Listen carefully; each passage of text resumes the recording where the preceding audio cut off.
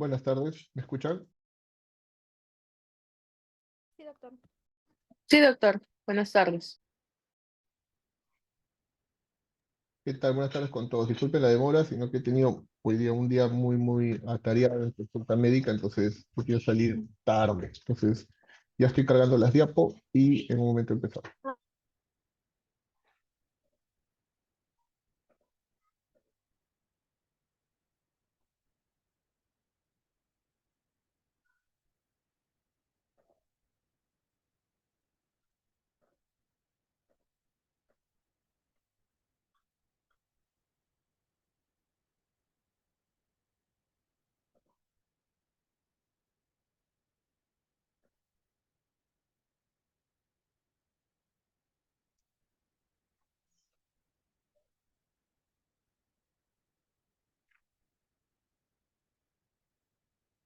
Muy bien, confírmeme que se ve la pantalla.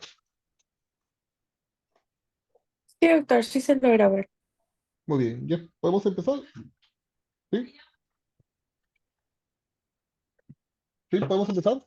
Sí, doctor. Sí, doctor. ¿Están todos o faltan? Creo que faltan, ¿no? Son 88.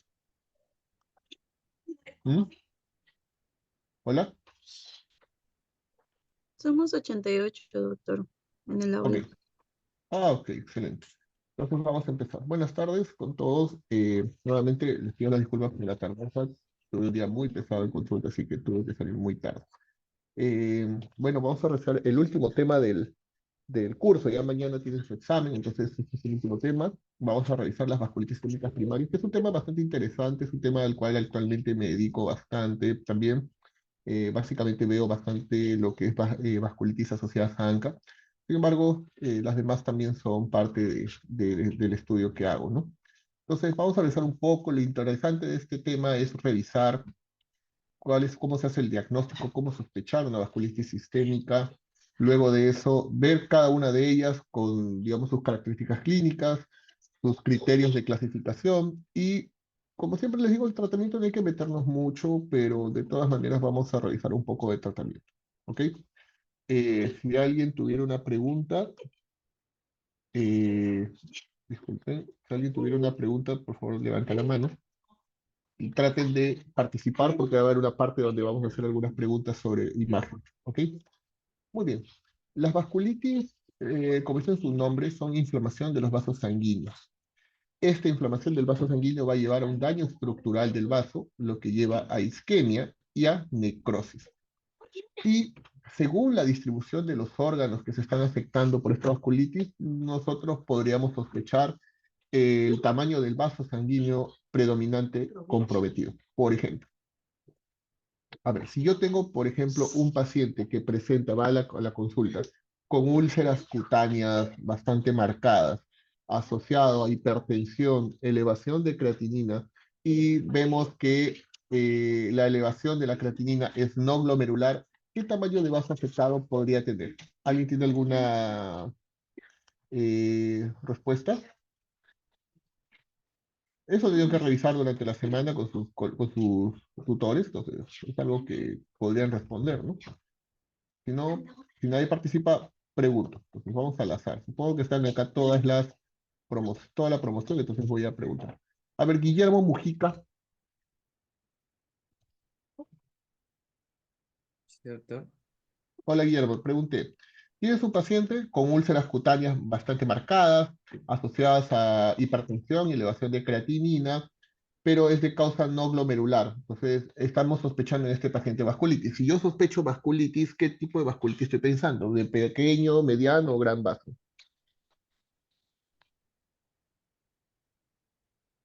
¿Has revisado el tema de vasculitis en la semana? No, ¿No? no, doctor, disculpe. Qué raro, porque se supone que es el tema que han tenido que revisar durante la semana. Muy bien, pregunta a otra persona entonces. Vamos a ver. Juliet González Ledesma. Juliet González. Juliet González Ledesma. No está Juliet. Entonces, vamos a ver. Un segundo. No está Juliet. Muy bien, pregunto. Avanzamos. María Fe. doctor. Según la pregunta que hice, Sí, ¿Mm? podríamos pensar en una vasculitis de medianos vasos, en una PAN, en una... Bueno, digamos en general, una de medianos vasos. Entonces, eso es correcto, porque estamos viendo unas úlceras cutáneas, que probablemente sea una arteritis ahí cutánea, estamos viendo hipertensión, que me está diciendo probablemente un compromiso de arteria renal o de sus ramas, y estamos viendo un aumento de la creatinina, pero no glomerular. Entonces, si no hay con glomerulonefritis, no hay compromiso de vaso pequeño, entonces lo más probable es que sea una de vaso mediano. Ya los nombres vamos a ir viéndolos en el camino. Muy bien. La clasificación de las vasculitis, como hemos visto, pueden ser primarias, que son las que vamos a ver a continuación, que es la vasculitis sistémica primaria, sistémicas primarias, perdón, y las secundarias, que son de secundarias a enfermedades difusas del tejido conectivo. Por ejemplo, hay vasculitis reumatoide, que se ven en los pacientes con artritis reumatoide, hay vasculitis por lupus, hay vasculitis secundaria a infecciones, hay vasculitis secundarias a drogas, hay vasculitis asociadas a cáncer. Entonces, hay varias de ellas que pueden ser. Por ejemplo, tu compañera dijo poliarteritis nodosa. La poliarteritis nodosa puede ser en algunos casos paraneoplásico. Hemos visto pacientes que han venido con cuadros de poliarteritis nodosa y que de repente concomitante le encontramos un cáncer de pulmón. Entonces, podría ser de esa causa. Esas son unas causas secundarias. Y lo importante aquí es sospechar cuando yo voy a evaluar un paciente y creo que pueda tener una vasculitis sistémica, es cuando hay síntomas constitucionales, es decir, fiebre, malestar general, mialgias, artralgias, baja de peso, disfunción de un órgano o disfunción multiorgánica y evidencia imagenológica de compromiso vasosanguíneo. Este último punto básicamente es para los vasos, compromiso de vaso mediano o vaso grande, porque pues si es un vaso pequeño, no va a haber una evidencia imagenológica de compromiso de ese vaso pequeño, pero podríamos sospecharlo según cuando hagamos, por ejemplo, una tomografía de tórax para ver algún hallazgo que más adelante vamos a ver. Entonces, pero estos síntomas que tenemos aquí son, digamos, compartidos por otras enfermedades. Por ejemplo, un cáncer se parece mucho a esto. El cáncer te puede dar síntomas constitucionales, te puede dar disfunción orgánica o multiorgánica. Una sepsis también te puede dar todo esto. Entonces, es una enfermedad que hay que sospecharla, hay que descartar los diagnósticos diferenciales, y con eso tenemos que hacer un amplio estudio. Entonces habíamos visto, y su compañera dijo medianos vasos, muy bien, y acá está la clasificación, ¿no? Cuando hablamos de grandes vasos. Grandes vasos es la aorta y sus ramas principales, y lo símil en los venas, o sea, vena cava, por ejemplo, y sus ramas principales. ¿Por qué? Porque las vasculitis no solo afectan las arterias, podrían afectar las venas. Las de mediano vaso son básicamente las arterias los vasos sanguíneos intraparenquimales, como vemos acá, las arterias arcuatas, por ejemplo. Y los pequeños vasos son los capilares y vénulas, como vemos aquí, por ejemplo, en este corte histológico.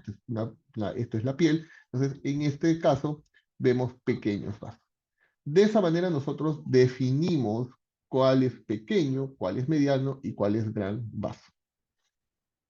Y esta clasificación es importante porque de acuerdo al vaso sanguíneo yo voy a tener una manifestación, y gracias a eso ustedes van a poder detectar un paciente con vasculitis sanguínea. O sea, si esto ustedes lo tienen claro, yo creo que no van a tener problemas para su examen, y no solo para eso, sino que cuando ustedes se enfrenten a un paciente con una sospecha de vasculitis.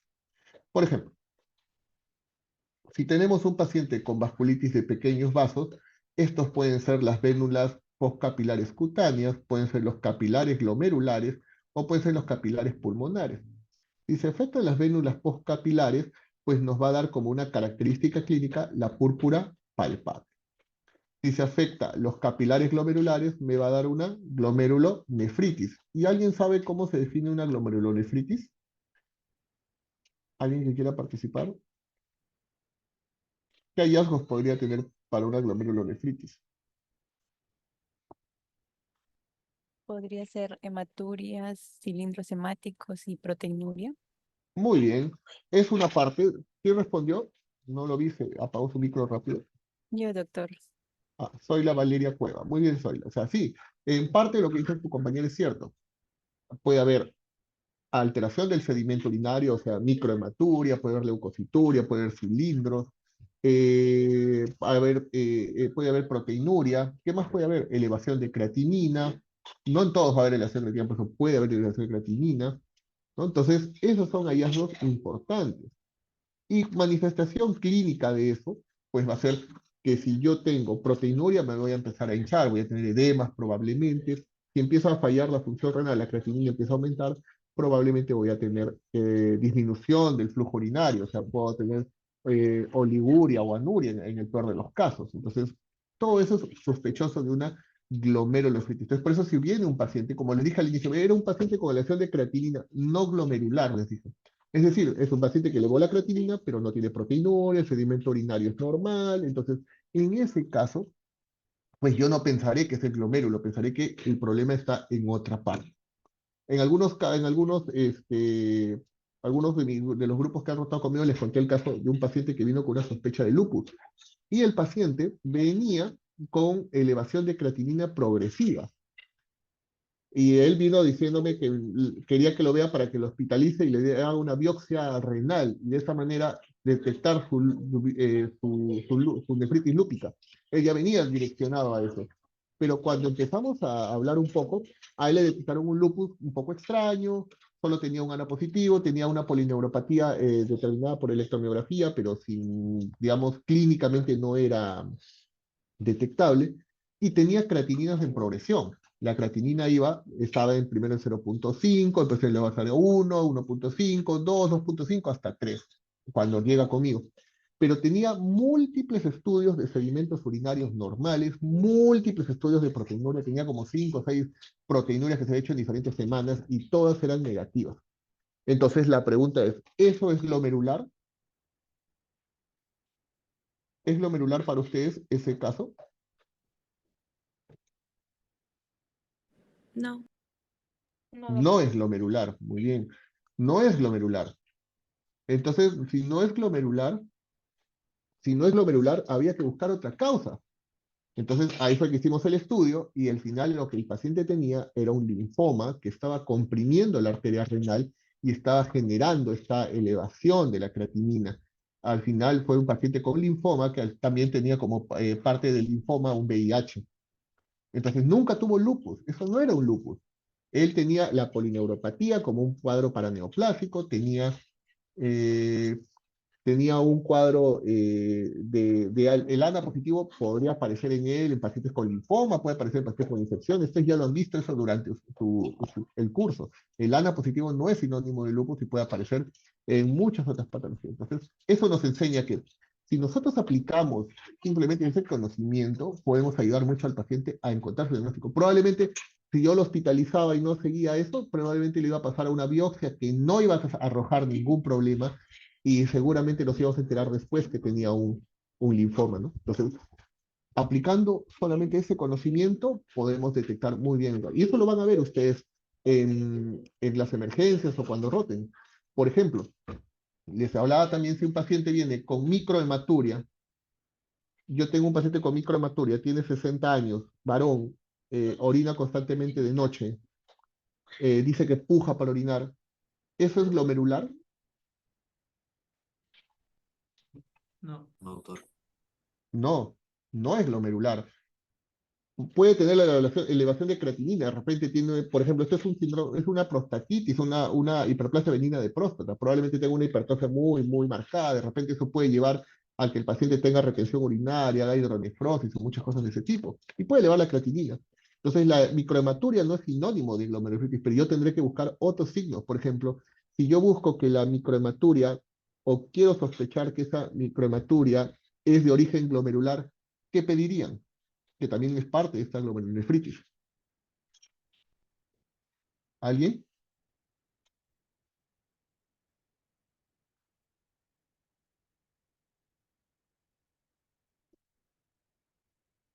Sedimentación urinaria. No, no, el sedimento urinario es el examen. ¿Alguien? ¿Tasa de filtrado glomerular? No. Una biopsia, ¿Alguien? doctor. No, no, no, no. Biopsia, porque tú estás Microalbuminuria. pensando, perdón, ¿qué dijo? ¿Hola? Microalbuminuria. No. Puede ser. Eso es parte, claro. O sea, yo estoy pensando que es glomerulonefritis, puedo pedir proteinuria. pero no, sino otro. A ver, en el chat, no he abierto el chat. Que haya crenocitos, dice Britney. Exactamente, los crenocitos, porque el crenocito me está indicando que ese glóbulo rojo ha pasado por los glomérulos y ha alterado su forma o hasta se ha roto. Entonces, esos crenocitos me van a ayudar a determinar si es de origen glomerular o no es de origen glomerular. ¿Por qué? Porque si yo pienso que este paciente, por ejemplo, por hiperplasia prostática, hiperplasia benigna de próstata, puede tener hematuria, hasta microhematuria, por supuesto. Pero si a mí me informan, sí, no hay crenocitos, lo más probable es que esto es de origen no glomerular, es de la vía urinaria, de repente por la misma hiperplasia, etcétera, ¿no? O por ejemplo, cuando un paciente tiene un cálculo renal, el cálculo renal puede dar hematuria franca, pero también puede mostrar como microhematuria, en algunos casos. Entonces, ¿cómo diferencias si es glomerular o no? Con los crenocitos. Entonces, también parte de la glomerulonefritis. Entonces, si yo tengo un paciente que sospecho glomerulonefritis, estoy pensando que está afectado el capilar glomerular y por lo tanto tengo una vasculitis de vasos pequeños. Los capilares pulmonares también te pueden afectar, lo que me va a llevar a manifestación de hemorragia alveolar. Eso lo vamos a ver más adelante en definiciones, que me puede dar pues falta de aire, me puede dar hemoptisis, en la tomografía probablemente voy a ver un marcado compromiso bilateral en la tomografía. Entonces, si yo veo eso, sospecho de hemorragia alveolar, eso es altamente sospechoso de un cuadro de capilaritis pulmonar que es de vaso pequeño. Denme un segundito.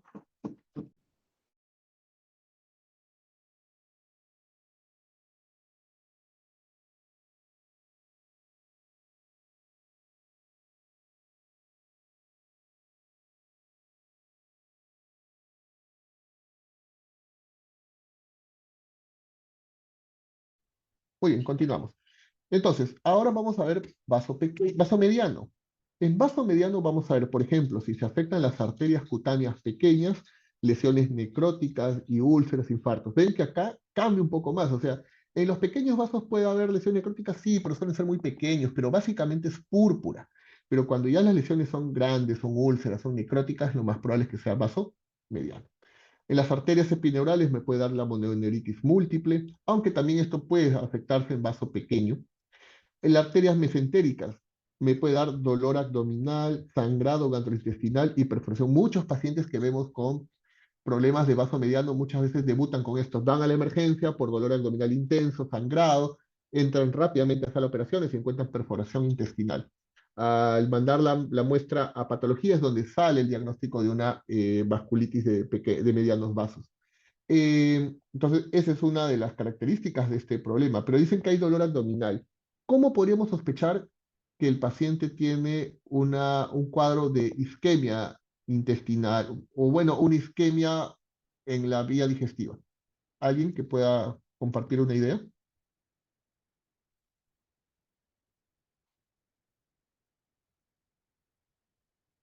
¿Nadie? Hematoquesia melena.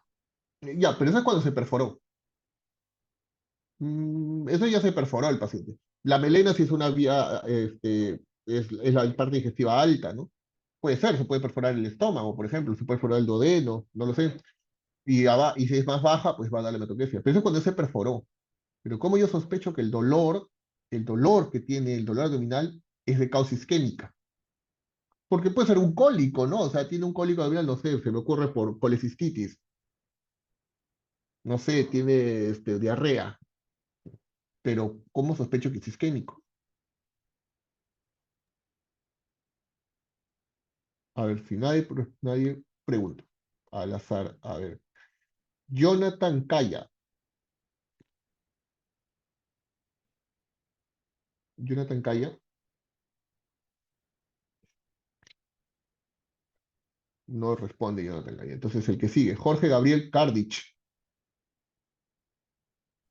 Sí, doctor.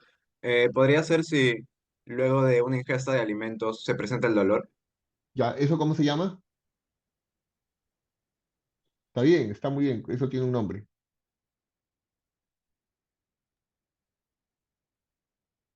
A ver, en Ah, el sí, chat. postprandial. Postprandial. No, ya, está bien, pero ¿cómo se llama eso? Por ejemplo, Jorge, cuando tú has escuchado que de repente viene un paciente, está corriendo, empieza a correr y dice, uy, me empieza a doler el pecho, y después paro, me calma. ¿Eso cómo se llama?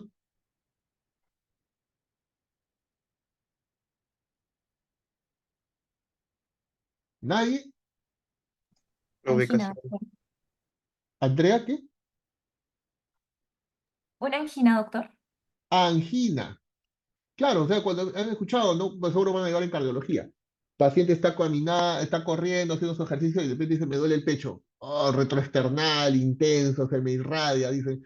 Y para, le calmó. Esa es una angina coronaria, ¿no? Una angina estable. Pero ese paciente que inclusive está en reposo y está con dolor, eso ya no está estable. Pero probablemente la isquemia es muy intensa, o sea, hay una oclusión severa de la arteria coronaria. Lo mismo pasa acá, en la arteria mesentérica probablemente esté ocluida y el paciente empieza a comer. Cuando comemos, el peristaltismo aumenta, entonces necesitas más flujo sanguíneo. Eso que lleva a que si la arteria está con disminución del flujo por la misma crecimiento de la pared, va a haber dolor. Y ese dolor se llama angina abdominal, que es postprandial, como dijo su compañero Carlos. Entonces, eso es importante.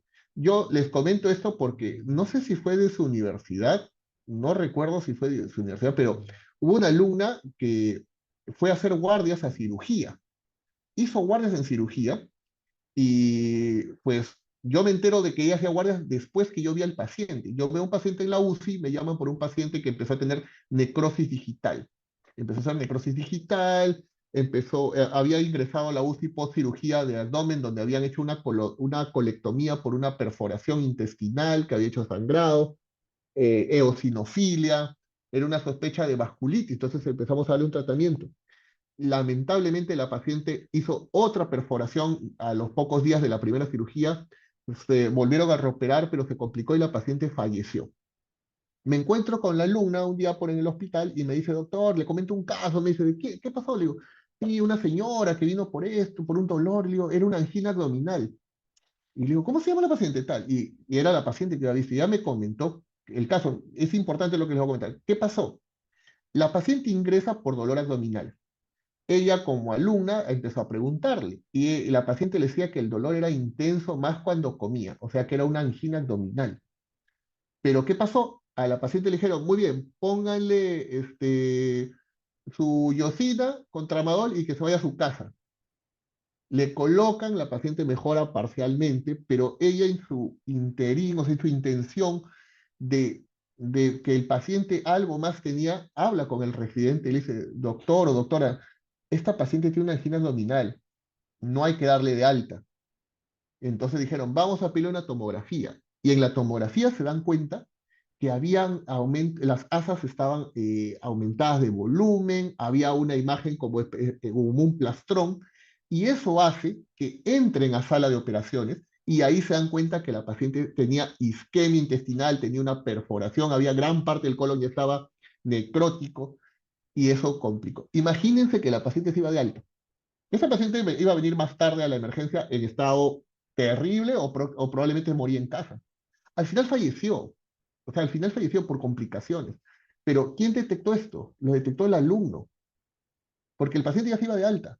Y no era por la insistencia de la alumna en decirle al residente que por favor no le den de alta y háganle un estudio adicional, esta paciente probablemente no hubiera cambiado el pronóstico, al final falleció, pero iba a fallecer de otra manera. Entonces, eso lo único que hizo ella fue aplicar lo que aprendió en las clases. Entonces, eso me llamó mucho la atención y, nos hizo ver a nosotros que en verdad lo que nosotros estamos haciendo de las clases está llegando a los alumnos y están aplicándolo en su día a día. Entonces, es importante que siempre presten atención a todo lo que les explicamos porque les va a servir, les va a ayudar. Muy bien, continuamos. Si son las arterias renales, puede haber infarto renal. Si las coronarias se afectan, puede haber infarto de miocardio, la angina coronaria, puede haber aneurismas de arteria coronaria o cardiomiopatía isquémica. Aquí van a ver un segundo, lo señalo con rojo. ¿Por qué señalo esto con rojo? Porque esto dice compromiso de las arterias pulmonares pequeñas, o sea, no son los capilares, son las arterias pulmonares pequeñas, o compromiso de las arterias pequeñas de oído, nariz y garganta, ENP. Y acá nos dice que si se afectan las arterias pulmonares pequeñas, pueden dar lesiones necróticas que llevan a cavitación en el pulmón. Y si se afectan las arterias pequeñas en nariz, oído y garganta, nos da rinorrea con costras, epistaxis, sinusitis, sordera, estridor debido a su estenosis glótica. Una consulta, ¿estos síntomas los han visto en alguna enfermedad en especial? ¿Alguien me puede decir? ¿Alguien?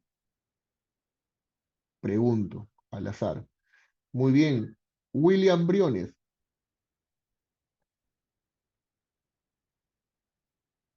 William. No sabré decirle, doctor. Ok, gracias. Varinia de Guadalupe Roncal Castro. Sí, doctor. Lo que pregunté, No, no tengo idea, doctor. no tienes idea. Muy bien. Camila Vilca dice TBC. Ah, no, no, no. De las vasculitis me refiero. Madeline. A la poliquitis granulomatosa de Wegener. Ya, a ver, vamos por partes. Primero es granulomatosis con poliarteritis. Dos, no es Wegener, ya no se llama así. Ah, ya les dije, las denominaciones han cambiado hace ya casi 15 años. Entonces, seguir diciendo Wegener ya está desfasado totalmente.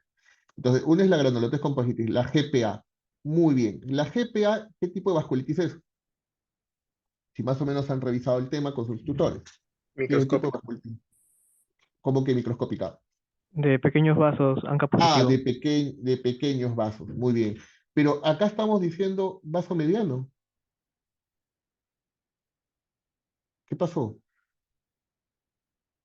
¿Está mal la bibliografía? ¿Algo ha pasado ahí? ¿Me he confundido yo? Lo vamos a ver más adelante. No se olviden de eso. Y de grandes vasos tenemos las ramas extracraneales de la arteria carótida, que puede dar cefalea temporal por afectación de la arteria temporal, ceguera por el compromiso de la arteria oftálmica, claudicación mandibular por compromisos de los vasos que suplen sangre a los músculos de la masticación, o puede afectarse la aorta torácica y sus ramas, dando claudicación de miembros superiores, ausencia de pulsos, inigualdad de las presiones arteriales, puede haber soplos o formación de aneurismas. Entonces, cuando yo tenga estos síntomas, ustedes ya van a saber, digo, por ejemplo, glomerulonefritis, tiene todo el hallazgo de glomerulonefritis, es un paciente que viene con edemas, hipertensión, tiene proteinuria, elevación de creatinina, sedimento patológico con crenocitos, y es una glomerulonefritis, por lo tanto es compromiso del capilar glomerular y eso me indica que es de pequeños vasos.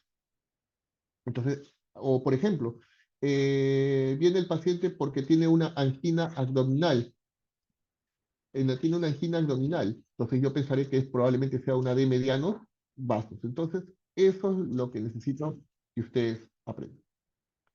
Vamos a continuar. Y como les dije, es de difícil diagnóstico, o lo que hace un reto para el reumatólogo el diagnóstico de estas enfermedades, porque tiene muchos imitadores, muchos mímicos. Por ejemplo, en grandes vasos, la enfermedad de Jain-Chester, que es rarísima, ya, o sea, ni la revisen, porque si alguien tiene curiosidad, revísela. Yo estoy aún en la búsqueda de esa enfermedad. Sé que en el Perú había un paciente. Una vez, por curiosidad, lo contacté porque el diagnóstico se lo hicieron en el INEM, actualmente en tratamiento, pero es una enfermedad rarísima, muy rara, pero si alguien tiene curiosidad conmigo, revísela, pero puede generar una enfermedad simulando un grande vaso. ¿Por qué? Porque da aortitis. Las enfermedades relacionadas a IgG4 que vemos constantemente actualmente, también puede dar aortitis y simular un grande vaso.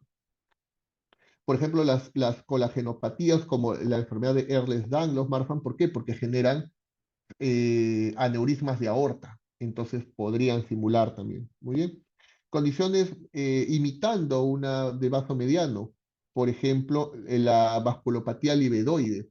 La vasculopatía livedoide no lo sabemos ver nosotros, lo ven los dermatólogos, son pacientes que hacen úlceras muy, muy severas, pero que cuando se hace la biopsia no muestra vasculitis, no vasculopatía. Eso, lamentablemente, esas úlceras son de difícil manejo, son pacientes que tienen úlceras que lamentablemente no curan. Tenemos la displasia fibromuscular, muy interesante, también que puede simular una de medianos o también de grandes vasos, como un Takayasu, por ejemplo. Y las de pequeños vasos tenemos el síndrome tifosfolípido. ¿Por qué? Porque me puede dar necrosis, podemos ser las infecciones, puede ser la enfermedad relacionada al IgG4, la vasculitis inducida por levamisol. Levamisol es un medicamento que antiguamente estoy hablando más de 70 años creo, se usaba para el tratamiento del síndrome nefrótico. Sin embargo, se empezó a ver que generaba o inducía problemas autoinmunes. Entonces se dejó de usar, actualmente es de uso veterinario. Sin embargo, el levamisol actualmente lo usan las personas que comercializan cocaína para combinarla.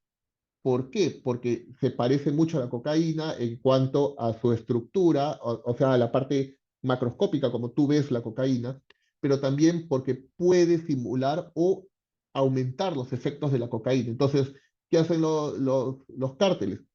De 1 kilo de droga lo combinan con levamisol y ya tienen 2 kilos, y así lo venden. Entonces, ese consumo de esa droga contaminada con levamisol puede generar vasculitis en los pacientes que la consumen. Y así tenemos otro. Entonces tenemos muchas enfermedades que pueden imitar a la vasculitis, a las vasculitis, perdón, sistémicas, y es por eso que tenemos que hacer diferencial. La clasificación, y es acá lo que quiero ver. Recuerden que les dije aquí, esto de aquí, que por qué si esto era del GPA y está en medianos vasos y GPA es de pequeños vasos. Esto lo va a explicar. Esta es la clasificación. Miren, las de grandes vasos tenemos dos. La arteritis de células gigantes, antiguamente llamada temporal, ya no se llama así, se llama arteritis de células gigantes, y la arteritis de Takayasu. Tenemos esas dos dentro de las vasculitis de grandes vasos. Y dijimos que las de grandes vasos es aorta y sus ramas principales, que sería esta más esta. Pero ven que se va un poquito más allá. Y si nosotros vemos la de medianos vasos, nos dice poliarteritis nodosa y la enfermedad de Kawasaki. Kawasaki no vamos a ver porque Kawasaki lo van a ver en pediatría, así que eso lo podemos obviar. Pero miren, las dos se cruzan. ¿Eso qué nos quiere decir? Que cuando hablamos de vasculitis de vaso grande, hablamos de una vasculitis que predominantemente va a ser de vaso grande, pero podría tener afectación de vaso mediano. Y la de mediano vaso es predominantemente de vaso mediano, pero algo podría agarrar de vaso pequeño. Algo, no mucho, pero predominantemente es vaso mediano. Y las de vaso pequeño tenemos dos grupos, las vasculitis asociadas a ANCA y las vasculitis asociadas a inmunocomplejos. Y si vemos las de ANCA, muy bien, agarra capilares, agarra vénulas, pero se va hasta un poquito más allá, se va hacia el mediano. Exactamente. Entonces, las vasculitis ANCA son predominantemente de vaso pequeño, pero podrían tener algo de afectación de vaso mediano.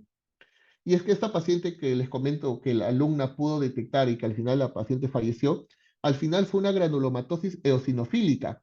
Tenía una eosinofilia tremendamente marcada, la biopsia fue sugerente de eosinofilia en todas las biopsias. O sea, había vasculitis con eosinofilia marcada en biopsia. Entonces fue una granulomatosis eosinofílica, tenía MPO positivo, pero lamentablemente falleció.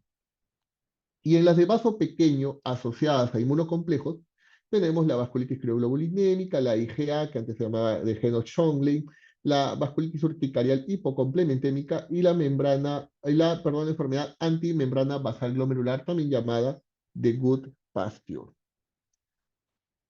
Entonces, estas son las que acabamos de hablar, pero hay otras, como las vasculitis de vaso variable, en las cuales tenemos la enfermedad de Behçet y el síndrome de Cogan. Esto se llaman de vaso variable por dos cosas, porque pueden tener afectación de cualquier vaso, ya sea pequeño, mediano o grande, pero también podría ser que afecten no solo a las arterias, sino también a las venas. En este grupo, por ejemplo, son arteritis de Takayasu, arteritis poliarteritis, o sea, afectan solamente arterias. Aquí pues son pequeños vasos, o sea, es capilares, acá no hablamos de arteria o vena propiamente. Entonces son arteritis. En cambio, el BSET puede generar compromiso de arteria, pero también de vena. Y en Cogan es básicamente afecta también pequeños, medianos o grandes vasos. Hay un artista muy famoso que tiene síndrome de Cogan, que es Aston Kutcher, que es un actor, creo, de películas juveniles. Él tiene síndrome de Cogan. Y gracias a él se está, digamos, dándole mayor énfasis al estudio de las vasculitis, porque pues él está siendo representando a estos grupos de pacientes que son enfermedades muy raras y que a veces no se toman en cuenta. Las vasculitis de órgano único, tenemos, por ejemplo, órgano único porque solo afecta un órgano. Por ejemplo, la angitis leucocitoclástica cutánea, o sea, que te da vasculitis solo de piel, la arteritis cutánea, si es un poco más grande, o sea, de vaso mediano, la que afecta al sistema nervioso central primaria, la ortitis aislada, y tenemos las otras que dijimos que son asociadas a otro tipo de enfermedad o asociadas con etiología proba. Muy bien, esto vamos a avanzar un poquito, aunque ya. Bueno, aquí es lo que les he dicho. Las de grandes vasos, predominantemente grandes vasos, pero también puede afectar dice, any size artery may be affected. O sea, significa que no solo es de grandes vasos, predominantemente de grandes vasos, pero también puede afectar arterias medianas. Tenemos Takayasu y arterias gigantes. Las de mediano vaso afectan principalmente las arterias medianas, que son definidas como las viscerales y sus ramas, ¿no? Muy bien, tenemos poliarteritis nodosa y Kawasaki. Y acá quiero hacer dos diferencias. Tenemos las de ANCA y tenemos la de asociada a inmunocomplejos. La diferencia entre las dos es que esta dice asociada a inmunocomplejos, o sea, los inmunocomplejos abundan en la biopsia, mientras que esta suele ser pausi inmune, es decir, que hay escasos o ningún inmunocomplejo en la biopsia y se asocian a ANCA. Ahora, la epidemiología de la vasculitis va a depender de la zona. Por ejemplo, la epidemiología en Europa no es igual a la de Australia o a la de América del Norte o a la de Latinoamérica. Por ejemplo, en este estudio que hemos hecho nosotros en el servicio de reumatología con el grupo de Brasil del doctor Alexandre Wagner de Souza, en él comparamos nuestras incidencias o prevalencias de nuestros pacientes con vasculitis. ¿Y qué encontramos? Miren, ellos tienen muchos pacientes con BSET. BD es enfermedad de BSET. Miren, 37% menos 1.8. Ellos también tienen mucho más arteritis de células gigantes, 9.8% versus 0.9%. Y tienen mucho más Takayasu, miren, 25% versus 6.9%. Sin embargo, nosotros tenemos más vasculitis ANCA, porque tenemos más poliangitis microscópica, 67% versus 2.8%. Y entonces, a pesar que nosotros somos Latinoamérica, las diferencias son grandes. Y probablemente eso nos dice que hay probablemente otros factores que pueden estar involucrados, como por ejemplo la genética. Ahora sí vamos a ir revisando una por una rápidamente para ir terminando con la clase. Vamos a revisar arteritis de células gigantes. Es la vasculitis más común en adultos, tanto en Europa y en Estados Unidos. Se da a partir de los 50 años y mientras más edad tenga el paciente, la incidencia va a aumentar mucho más. Es más común en mujeres que en hombres y la prevalencia es mucho mayor en europeos, mientras que en hispanos es mucho más baja. El cuadro clínico de la arteritis de células gigantes se va a dar por la oclusión arterial y los síntomas sistémicos. Entonces tenemos 4 grupos de pacientes. Hay un grupo de pacientes que tiene afectación craneal, o sea, hay arteritis craneal, que se manifiesta por dolor de cabeza, o sea, la cefalea, dolor en el cuero cabelludo, neuropatía isquémica, o neuropatía óptica isquémica, perdón, claudicación mandibular, isquemia del sistema nervioso central y puede estar asociado a polimialgia reumática. Yo me acuerdo mucho de una paciente que en otro hospital, antes de estar en Almenara, en el cual me llaman porque la paciente tenía artralgias. Me llaman por las artralgias, básicamente. Entonces yo voy a verla y la paciente me llamó la atención porque su cabello estaba totalmente desordenado, una señora de más o menos 70 años, con unas facies dolorosas, y yo le digo, bueno, vengo para verlo, porque dice que estaba con dolores articulares, sí, pero a mí me duele mucho la cabeza, estoy así hace mucho tiempo, y le digo, y tu cabello, le digo, ¿por qué está así? No puedo peinarme, doctor, me paso el peine y me duele. Esa es una sensibilidad del cuero cabelludo. Veo los reactantes fase aguda volando, era una arteritis celular gigante. Le inicié prednisona, a los 2 días ya el paciente estaba sin dolor, estaba excelente. Entonces, era una arteritis de células gigantes. El otro grupo de pacientes puede dar un síndrome febril o una fiebre de origen desconocido. Es decir, hay fiebre, hay anorexia, pérdida de peso, sudoración, pero no hay cefalea. Es por eso que ya no se llama arteritis de temporal, porque no todos van a tener compromiso temporal, o sea, con cefalea. Puede haber este grupo con fiebre. ¿Y qué más también nos hace decir que el paciente no debe decirse la arteritis temporal? El otro subgrupo, que es el grupo de aortitis o de arteritis de células gigantes de grandes vasos. Es decir, no hay compromiso craneal, no tiene cefalea, no tiene estos síntomas, sino tiene síntomas de grandes vasos, claudicación de miembros superiores, ausencia de pulsos, puede haber insuficiencia aórtica y puede haber polimialgia reumática. Y el cuarto grupo es de la polimialgia reumática aislada. La polimialgia reumática da dolor en las cinturas, o sea, en la cintura escapular y en la cintura pélvica, es un dolor muy intenso, de predominio en las mañanas, se puede asociar a síntomas generales como fiebre, malestar, decaimiento, hiporexia, etc. Sin embargo, este último grupo puede ser algo controversial, ya que algunos sugieren que no es un subgrupo de pacientes, sino que más bien los pacientes con arterias gigantes tienen polimialgia reumática como asociación. Algunos dicen que es un subtipo, como previo a la arteritis gigante propiamente, pero eso todavía está un poco en discusión. Y como ven acá, el dolor de cabeza es solamente el 70% de los casos, por eso es que no todos tienen cefalea, no todos tienen compromiso craneal. La claudicación mandibular es del 50%, los síntomas constitucionales también, 40% puede tener polimialgia reumática, miren, pérdida visual del 20%, los pacientes a veces vienen con la neuritis óptica isquémica y es algo irreversible, ¿no? Y la mayoría tiene también la BCG bastante alta. En la claudicación mandibular es del dolor en los músculos maceteros o temporales durante la masticación, perdón, es bastante específico de la enfermedad. Si ustedes encuentran eso, pues sospechen mucho en esta enfermedad.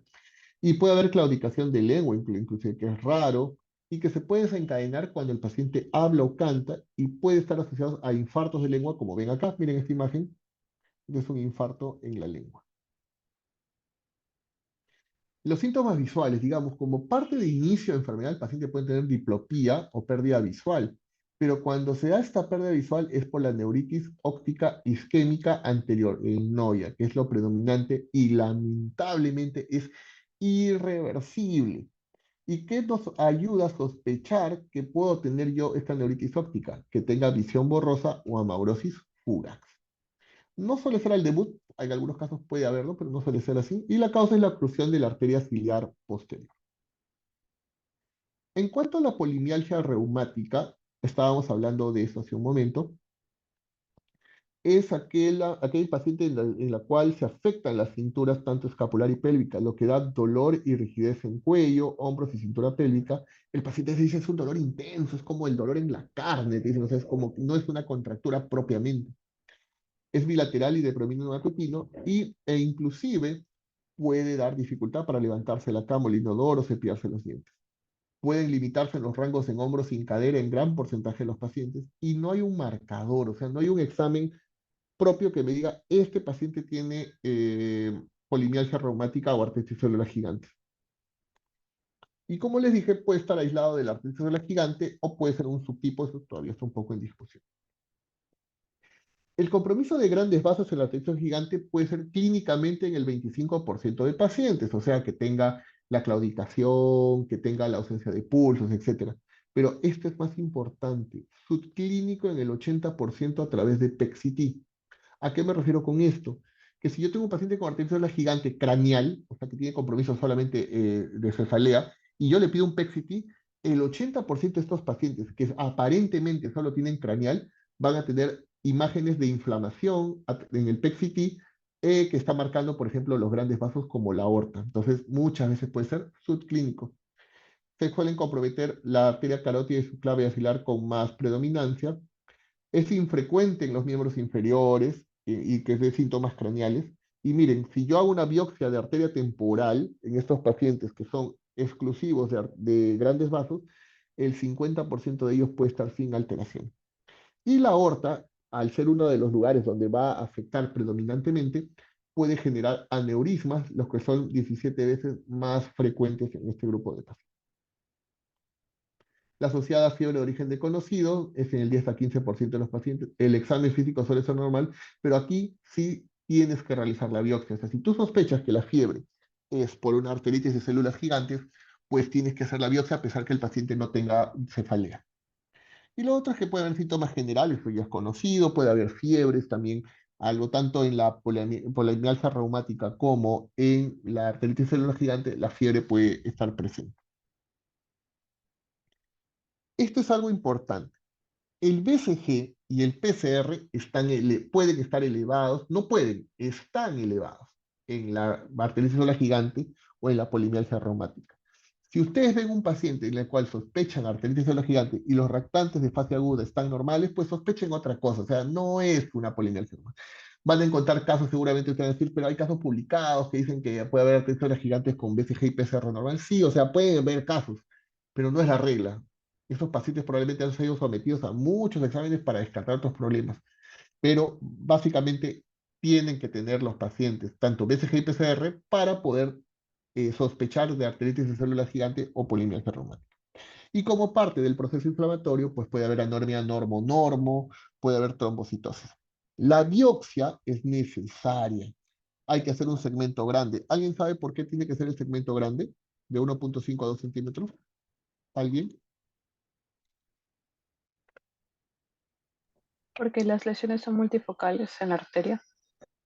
Ya son multifocales, digámoslo así, puedes decirle multifocal, pero lo ideal que sean, o que se diga es que son parcheadas. Es decir, puede haber áreas de enfermedad con áreas de normalidad. Entonces, si yo saco una muestra muy pequeña, probablemente lo que va a pasar es que pueda tener tanta mala suerte que tomo la parte que está normal y mi biopsia va a salir normal. Entonces, mientras más grande sea el segmento, entre 1.5 a 2 centímetros, la probabilidad de encontrar enfermedad es mucho mayor. Si es negativa, la biopsia no descarta el diagnóstico. ¿Por qué? Porque ya dijimos, puede ser parcheado, entonces puede ser que seamos tan piñas que agarramos de la parte que no está afectada y pues va a salir negativo. Y que sea la biopsia bilateral no es recomendado a menos que tú tengas una alta sospecha de la enfermedad. Si no tienes otra cosa y tienes que hacer la biopsia al otro lado, bueno, hazla. Pero en realidad no se recomienda.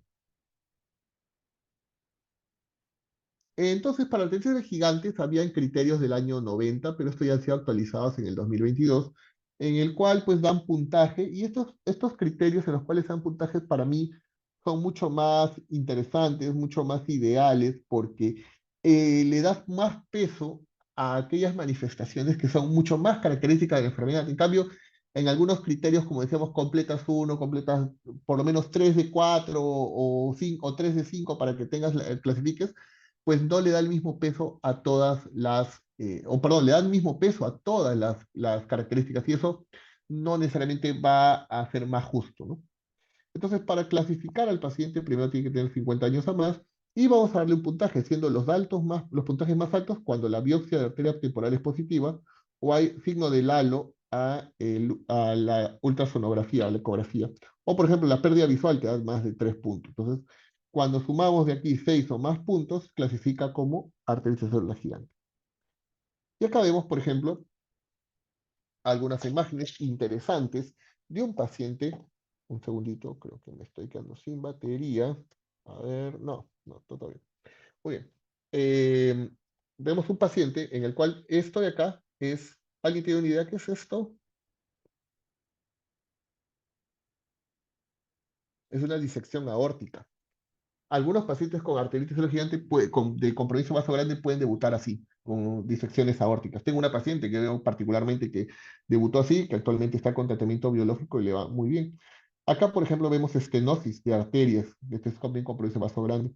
Y acá lo que se ve es el signo del halo, que es un hallazgo ecográfico altamente sospechoso de arteritis celular gigante. Y mire, lo ponen al nivel de la biopsia. O sea, si tú tienes signo del halo, tiene el mismo peso, el mismo valor que una biopsia de la arteria temporal. Para hacer el signo del halo hay que tener experiencia, hay que tener entrenamiento para hacer este tipo de exámenes y que no cualquier radiólogo lo puede hacer. Y el tratamiento depende. Si solamente es polimialgia reumática, el tratamiento es con 15 a 20 miligramos de prednisona con tapering o descenso progresivo. Pero si el tratamiento es de arteritis de células gigante, depende si hay compromisos severos o no. Y los compromisos severos es que tenga pérdida visual o síntomas visuales, o sea, que por ejemplo empiece a tener diplopía. Tú sabes que eso va a llevarlo probablemente a la neuritis óptica. Eso es lo que te está diciendo, este paciente va a ser neuritis, entonces tengo que tratarlo de otra manera. O tiene isquemia crítica, o isquemia craneal crítica, es decir, que tenga un stroke. Si es así, tengo que darle pulsos de glucocorticoides seguidos por glucocorticoides, y algunos sugieren iniciarle tocilizumab, mientras que si no tengo estos síntomas severos, le puedo dar solamente dosis altas de corticoide, que es, casi siempre es 1 miligramo por kilo. En cuanto a arteritis de Takayasu, se llama Takayasu por Mikito Takayasu, que fue un oftalmólogo que en 1905 vio muchos pacientes, mujeres jóvenes, que tenían alteraciones de la arteria oftálmica. Y ahí fue que encontró que estos pacientes tenían estenosis. La incidencia es más alta en Asia, sobre todo en el Asia oriental. Es más común en mujeres, como ven ahí, la relación es muy parecida al lupus. Mujeres a hombres es 9-1. Las lesiones aórticas pueden diferir en cuanto a su incidencia o su prevalencia, siendo más prevalentes, por ejemplo, en Japón y Corea, el compromiso de ahorco aórtico, mientras que en Medio Oeste Asia Sur, la aorta abdominal. Y la edad promedio es de 20 años. En cuanto al cuadro clínico, depende. O sea, hay, como al igual que en la arteritis gigante, hay cuadro clínico debido a la isquemia y hay otro cuadro clínico dado por los síntomas generales. Esto puede llevar a tener un curso de la enfermedad simultáneo, o sea, que tengan las dos cosas, tanto la parte inflamatoria y la parte isquémica a la vez, o que primero haga como un doble fase. Primero hace la parte sistémica, o sea, fiebre, malestar, y luego empieza a hacer los síntomas de isquemia. Y puede ser autolimitado y monofásico en algunos casos con el 20%. Este cuadrito es el que más me interesa que aprendan o que vean, en el cual vemos que los pacientes se afectan principalmente en la arteria subclavia. Y cuando se afecta la arteria subclavia en casi el 90% de pacientes, los síntomas que nos va a mostrar esta afectación de la subclavia es claudicación de miembros superiores y ausencia de pulsos. La que sigue es el compromiso de la carótida común, casi el 60%. Y al afectarse la carótida común, pues va a haber alteraciones visuales como amaurosis fugas, puede haber strokes, puede haber accidentes isquémicos transitorios o los famosos síncopes. El que sigue, por ejemplo, es la aorta abdominal. Al estenosarse la aorta abdominal ya no va a ir sangre hacia los miembros inferiores, eso va a generar claudicación de miembros inferiores, puede haber hipertensión por compromiso de la arteria renal, puede haber angina abdominal por el compromiso de la arteria mesentérica. Y así vamos viendo que hay otros lechos, por ejemplo el renal, si se compromete la arteria renal va a haber hipertensión, si por ejemplo se afecta el eje celíaco, puede haber angina abdominal, etc. Entonces, dependiendo del lecho, vamos a tener síntomas. Pero recuerden que el lecho vascular más afectado es la subclavia. En laboratorio sí tenemos que ser un poquito más cautos. Recordemos en arteritis gigante, dijimos, la arteritis gigante y el polinealgia reumática tienen que presentar reactantes fase agudal. Si son normales y este paciente está en estudio por fibra arteritis gigante, piensa en otra cosa. Lo más probable es que no sea.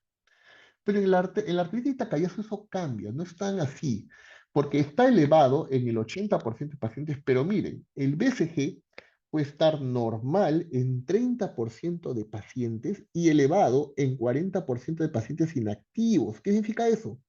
Que yo puedo tener un paciente que está con la arteritis de Takayasu totalmente activa, está progresando, está estenosando arterias y sus reactantes de fase aguda pueden ser normales. Y que también puedo tener pacientes con los reactantes persistentemente altos, pero su enfermedad ya está totalmente controlada. Esto me puede traer problemas, porque si un paciente está activo y los reactantes fase aguda están normales, yo diré, bueno, este paciente está con los reactantes normales, no le doy ningún más tratamiento adicional, lo dejo en mantenimiento y probablemente se siga estenosando y va a venir cuando ya tenga problemas serios irreversibles. O en el otro caso, yo puedo tener un paciente que está totalmente inactivo, pero los reactantes están altos, y diré, no, están los reactantes altos, hay que darle más tratamiento. Y le empiezo a dar más tratamiento, lo que le puede tener más eventos adversos y probablemente no lo necesite. Entonces, ¿cómo evalúo la actividad en un paciente en el cual el BCG y el PCR pueden estar normales en un paciente activo? Ahí nos vamos a apoyar de las imágenes. Entonces, para yo hacer un seguimiento adecuado en un paciente con Takayasu, Las imágenes son importantes, entre ellas las imágenes por angioresonancia, que son las más sensibles para la actividad. Podemos ver la angiografía es una imagen en 2D, pero es en vivo, es una imagen en la cual hacen los radiólogos intervencionistas, se pinta con contraste, pero son imágenes que no me van a decir si el paciente está activo o no. Me podrían decir, por ejemplo, que tiene nuevos lechos, que eso sí me indicaría que está progresando, pero en el momento no me puede decir si es activo o no el paciente. Algo que el MRI, o sea, la resonancia y el PET-CT sí lo pueden hacer, ya que el PET-CT también me puede marcar áreas hipermetabólicas que me indicarían inflamación. Acá vemos, por ejemplo, las arterias, miren, la estenosis en la arteria subclavia, vemos arterias acá que están totalmente desaparecidas, no están los troncos porque están estenosadas severamente. Aquí también vemos arterias que están con estenosis marcadas y acá vemos, por ejemplo, en esta arteria aorta abdominal hay una estrechez de la luz, pero también alteración de la arteria renal izquierda. Acá vemos unas imágenes por resonancia magnética donde encontramos edema, que indica el edema del vaso que hay inflamación. Y el PET-CT también nos muestra áreas hipercatabólicas. Entonces, en el caso de la arteritis de células gigante, nosotros usamos los reactantes de fase aguda para ayudarnos al diagnóstico, pero también el seguimiento. Mientras yo le voy dando tratamiento, el BCG y el PCR normalizarán. Pero en Takayasu no, en Takayasu es diferente. En Takayasu probablemente el seguimiento lo tenemos que hacer con angioresonancias, porque los reactantes pueden ser muy, muy dispares en el seguimiento. También hay criterios de clasificación. Habían los criterios del año 90 y acá ha cambiado algo, porque la edad es de 60 años hacia abajo. Antes decían, no, si tiene 40 años hacia abajo es parte de los criterios de Takayasu, pero acá se tomó que la edad puede ser hasta 60. ¿Por qué? Porque muchos de estos pacientes pueden tener solamente la fase inflamatoria y hacer, digamos, los síntomas isquémicos mucho más años después. Entonces, puede debutar la enfermedad en años mucho mayores a los 40 años. Por eso es que se toma 60. Y vamos a ver que también le dan más peso a ciertos ítems, como por ejemplo tener compromiso aorta abdominal con compromiso renal o mesentérico es altamente específico y por eso le dan 3 puntos. ¿Cómo clasificas? Con 5 o más puntos.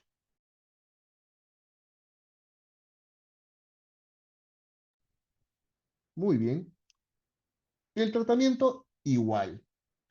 Si tú tienes un tacayazo que acabas de diagnosticar, está activo, le tienes que dar altas dosis de glucocorticoides combinados con un DIMAR que puede ser metotrexato o satioprina. Pero, ¿qué pasa si tú tienes cambios vasculares identificados en los estudios de imágenes? Por ejemplo, tienes inflamación en las imágenes no sé, se me ocurre PET-CT o angioresonancia, tienes que aumentar la inmunosupresión. Pero si hay progresiones de las lesiones vasculares existentes, en las cuales tú sospechas que hay síntomas de enfermedad activa, tienes que escalar.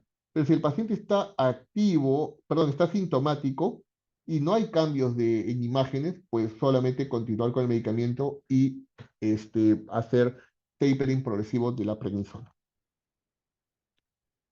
Entonces pasamos a vaso mediano, perdón, entre ellas tenemos la poliartritis nodosa, Kawasaki no lo vamos a tocar. La poliartritis nodosa, su incidencia es de 2 a 4 por millón. En Alaska, miren, llegó a ser hasta 77 por millón por el virus de hepatitis B. Sin embargo, actualmente la PAM por hepatitis B es menor al 10% de los casos porque recordemos que hay vacunación universal contra hepatitis B.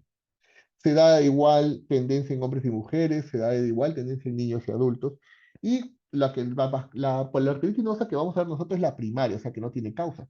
Pero hay algunos precipitantes, por ejemplo, la infección por hepatitis B, como vimos acá en Alaska, la hepatitis C, otros virus como el parvovirus B19, el VIH, la leucemia y células peludas. Hay otras enfermedades, por ejemplo, la enfermedad VEXAS, que es una enfermedad recién diagnosticada en 2021, el DADA2, que es el déficit DADA2 que nos puede dar en los pacientes niños. Hemos tenido un caso muy fatal que lamentablemente falleció el niño por este cuadro de déficit de ADA2.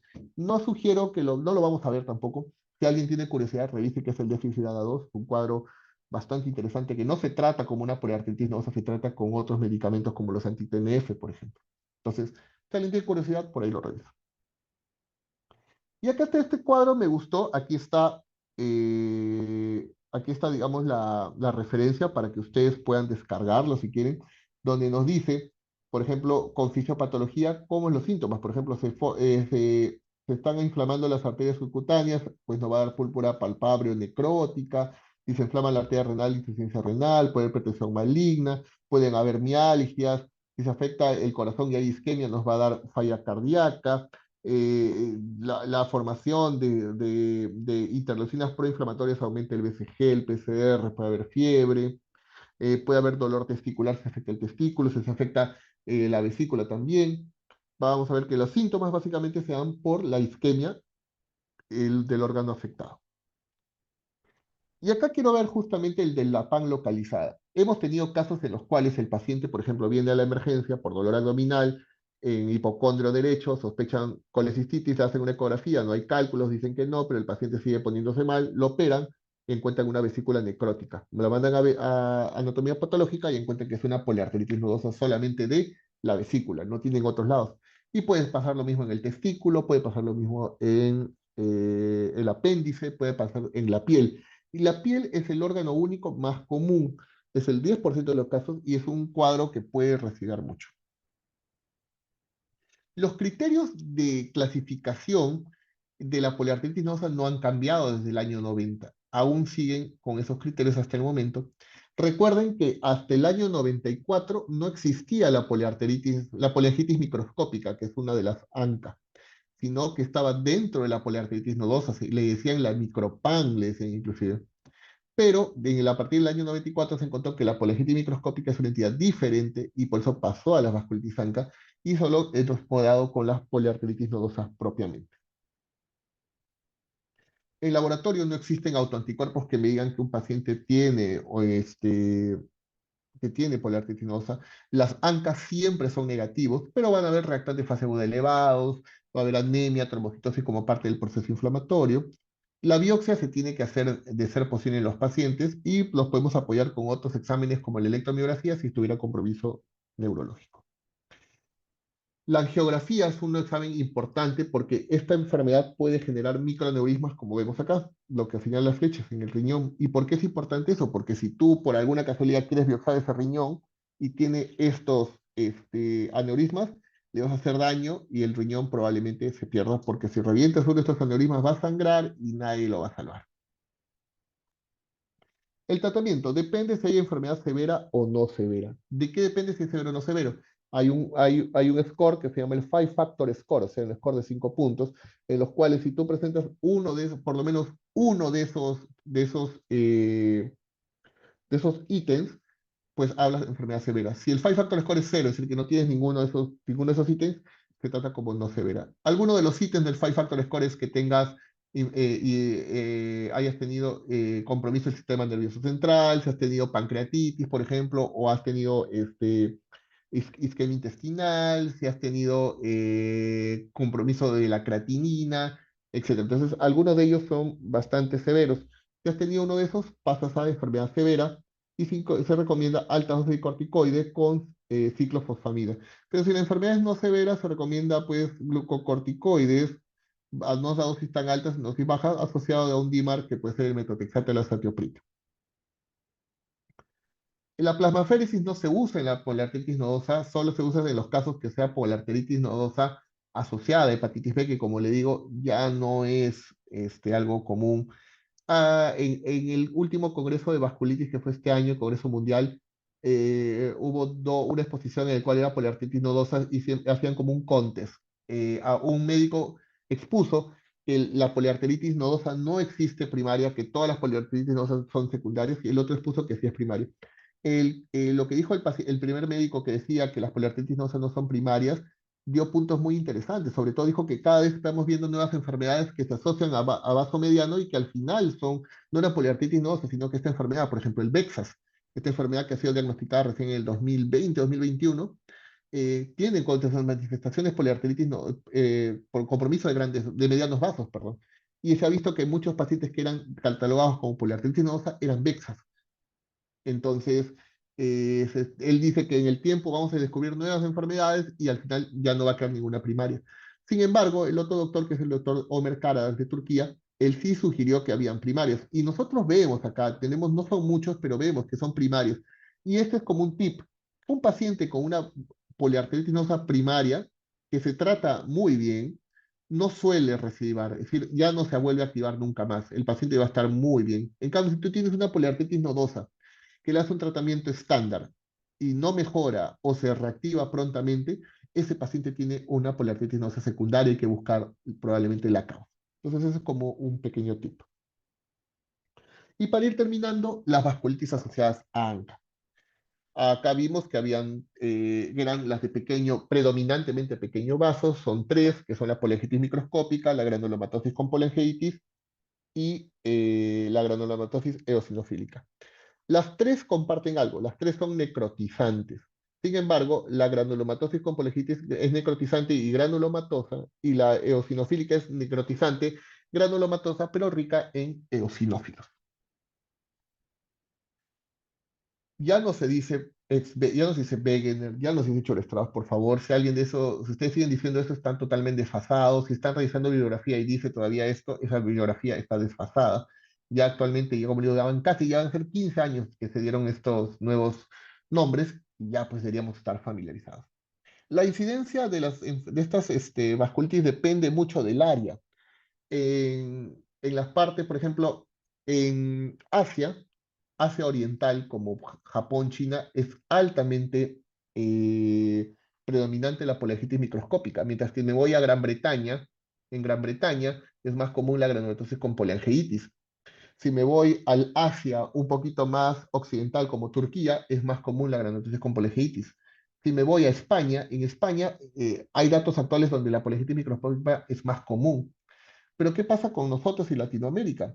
Nosotros acá en Perú hemos hecho un estudio en el Hospital Almenara y en ese estudio hemos demostrado con 212 pacientes que predomina el sexo femenino y principalmente son los pacientes con polangitis microscópica, con compromiso renal o neurológico pulmonar a la cabeza. Cuando desglosamos estos pacientes, vamos a ver que la edad promedio en la polangitis microscópica es de 61 años, como a nivel mundial, predomina el sexo femenino. En la granulosis con polangitis, la edad promedio es 53 años y la distribución es muy similar entre hombres y mujeres. Y la eosinofílica es mucho menor, es 48 años, pero predomina el sexo masculino, como dicen en otros lados. Lo que sí estábamos en común en todas las partes del mundo es que la eosinofílica es la de menos frecuencia. Las otras dos sí depende de la zona. Inclusive en Latinoamérica diferimos. Por ejemplo, México, que es un área muy similar étnicamente a nosotros, ahí predomina la granulomatosis con polangitis. En cambio, nosotros predomina la polangitis microscópica. Entonces pueden haber factores ambientales, factores genéticos que influyan en este resultado.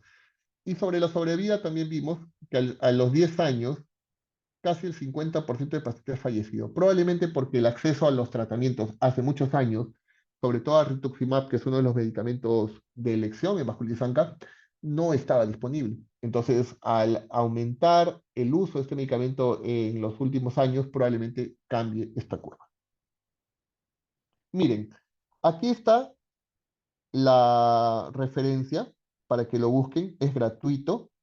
Y este es un cuadro donde pues están las manifestaciones de las tres y donde nos dice dónde es más frecuente una que otra. Si ustedes revisan este cuadro con mucha paciencia, van a ver que un examen lo van a dar bastante bien.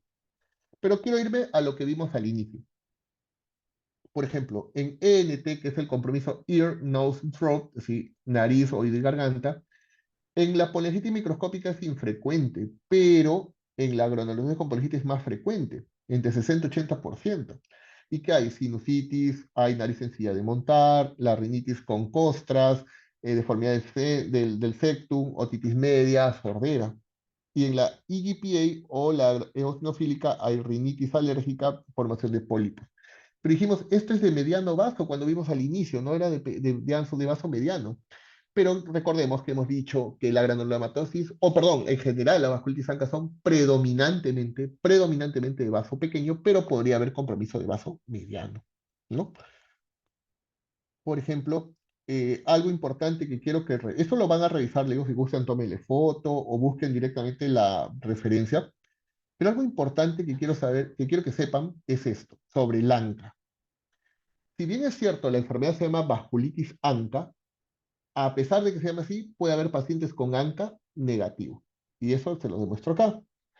En la poliangitis microscópica, la gran mayoría es ANCA-P o perinuclear o ANCA-MPO o mieloperoxidasa. Ojo, no es exclusivo, porque algunos dicen, mire, si tiene PR3, es granulomatosis con poliangitis. No es así, no funciona así. Si bien es cierto, es más probable que lo sea así, no necesariamente sea. ¿Por qué? Acá estamos viendo, la poliangitis microscópica, la mayoría puede ser MPO, pero también un porcentaje puede ser PR3 y otro porcentaje más pequeño puede ser ANCA negativo. Y la granulomatosis con poliangitis ex Wegener, como ustedes ven, la gran mayoría son PR3, pero puede haber un pequeño porcentaje que sean MPO. Y para eh, denme un segundo, algo urgente, un segundo.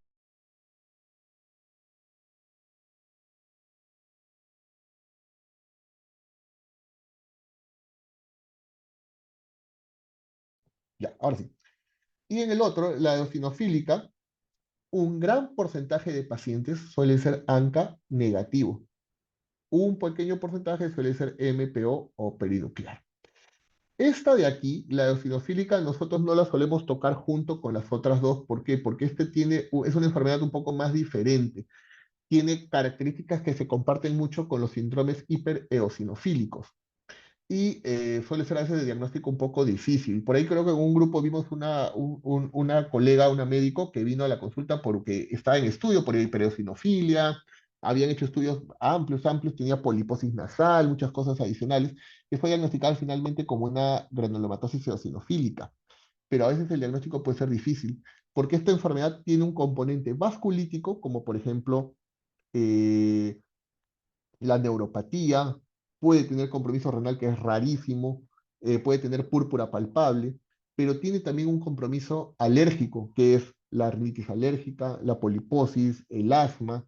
Entonces, a veces predomina uno más que otro, entonces a veces puede confundir con los síndromes eosinofílicos. Por eso es que muchas veces este de acá no se toca junto con estas dos, pero es bueno que lo sepan. Aquí vemos, por ejemplo, una nariz sencilla de montar, característica. Acá vemos la deformidad del septum, vemos que está más hacia la parte derecha, pero también con nariz sencilla de montar.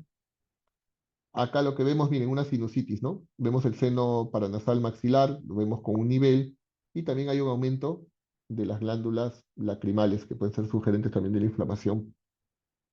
Acá vemos estenosis subglótica, acá vemos la glotis que no está irregular, hay un tejido alrededor, es una estenosis subglótica. En este gráfico vemos que el bronquio derecho está totalmente permeable, pero el bronquio izquierdo, miren, está estenosado en su entrada, es como arrosariado. Este es una estenosis bronquial. Y esa estenosis bronquial lo vemos acá, miren, acá está la carina, acá está el bronquio principal, pero miren, el otro bronquio está totalmente cerrado. Acá vemos una proptosis ocular, este es un pseudotumor retroorbitario que se caracteriza, pues, o que se ve en pacientes con granulomatosis con poliangitis, pero puede haber otras enfermedades que lo muestren. Acá tenemos una escleritis necrotizante, que eso puede llevar al paciente a perder la visión. Acá también vemos la escleritis. Acá vemos un nódulo pulmonar, muy bonito. Cuando ustedes ven un paciente con nódulos pulmonares, pues pueden pensar que es una granulomatosis con poliangitis. Pero en nuestro medio hay que pensar otras cosas. Puede ser una tuberculosis, ¿no? Puede ser un cáncer, puede ser una aspergilosis, entonces hay que hacer bastante diagnóstico diferencial. Acá seguimos viendo nódulos, pero este nódulo está cavitado porque acá adentro hay aire, como ven ahí ese punto. Acá tenemos una cavitación tremenda, ¿no? Tremenda cavidad aquí en el pulmón derecho.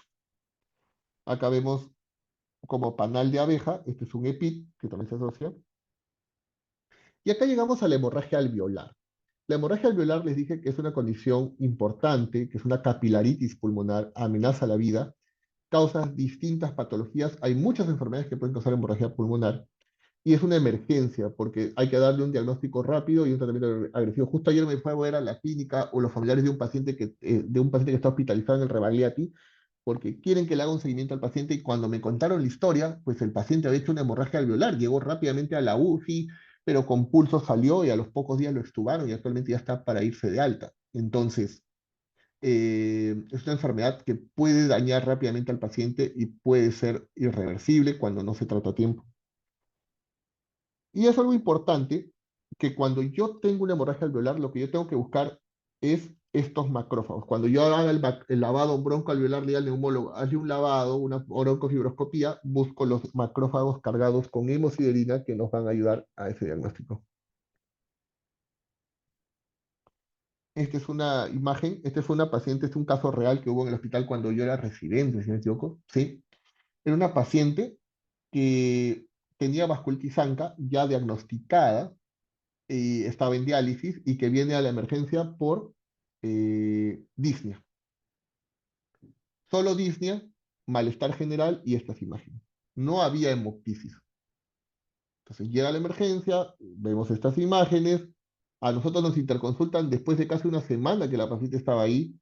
Yo recuerdo haberla vista con cánula binasal y cuando fuimos a ver dijimos, pues esta es una hemorragia alveolar, no hay duda, hay que iniciarle un tratamiento. Pero como que estaban en duda en emergencia, que sí sé, que no, que era una infección, etc. Y al poco tiempo la paciente, al día siguiente la paciente se puso mal, pasó a intubación, pasó a la UCI y este pulmón ya estaba así, blanco.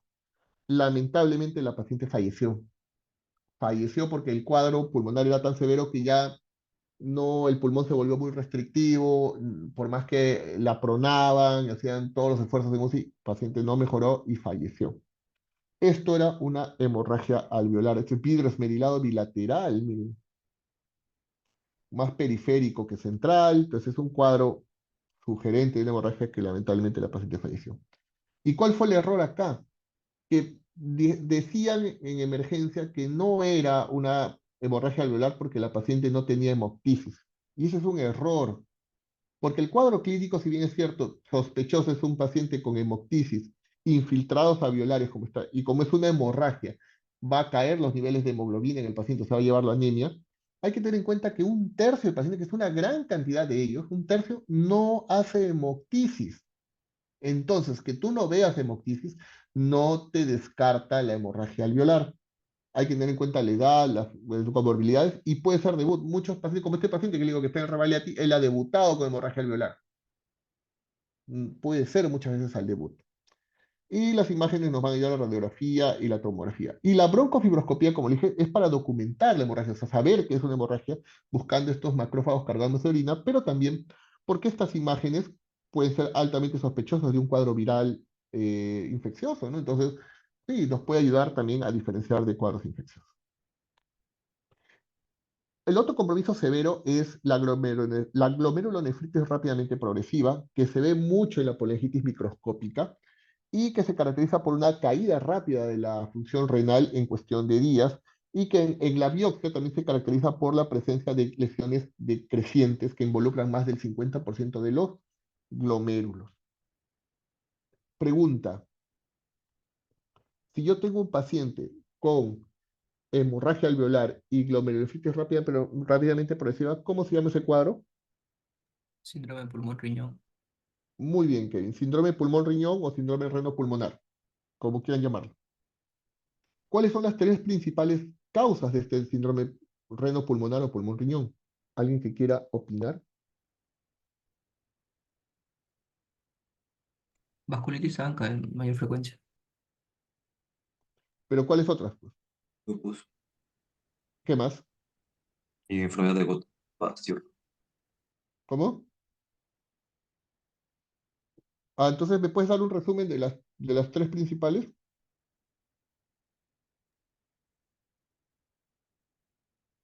Hola, ¿quién me estuvo dando los datos? Hola, Doctor, ¿me sí, escucha? sí, Bueno, sería LES, vasculitis ANCA y enfermedad de Goodpasture.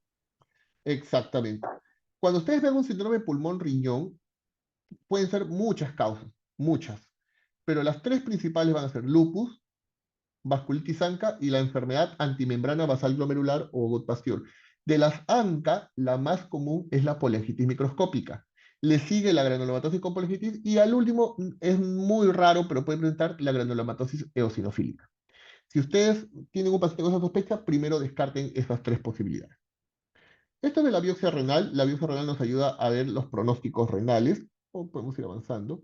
Los criterios de clasificación, como les dije, hasta el año 94 no existía poliartritis microscópica, estaba dentro de la poliartritis nodosa como una micropan, o sea, micropoliartritis nodosa. Después en el 94 salió.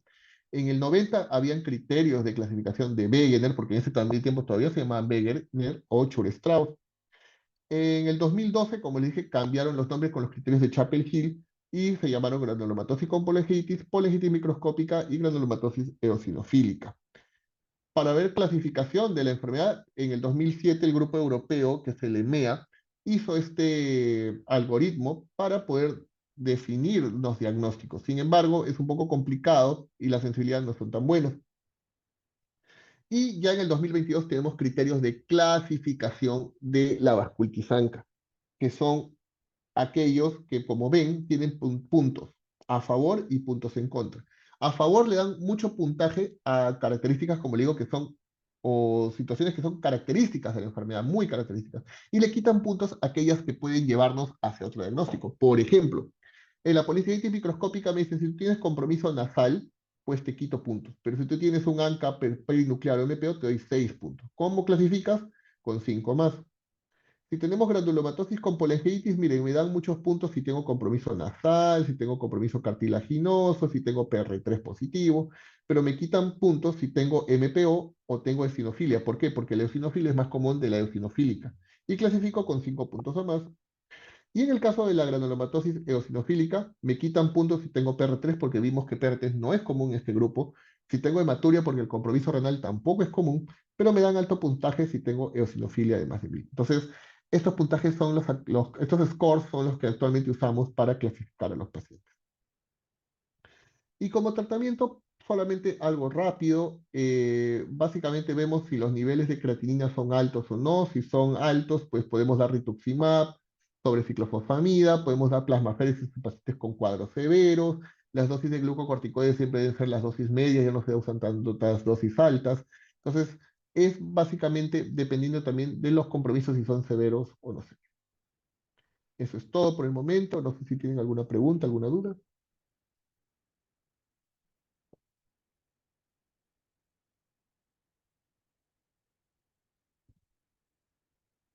No hay preguntas, no hay dudas. Entonces, acá hay algo en el chat. No sé qué es el FORS. Es el de asistencia, doctor. Ah, ya. Ok. Bueno, entonces, espero que les haya gustado la exposición. Espero a poderlos animar a que sigan revisando. Que esta historia que les conté de esta alumna que llegó a ver esta paciente los ayude a impulsar a revisar, a siempre aplicar lo aprendido y que todo tiene un porqué. ¿Por qué le enseñamos esto? Porque esto les puede servir mucho en su vida diaria como médicos. Muy bien, me despido, cuídense mucho, un fuerte abrazo para todos y que mañana les vaya bien ese examen. Cuídense, adiós. Gracias, doctor. Gracias. Buenas tardes.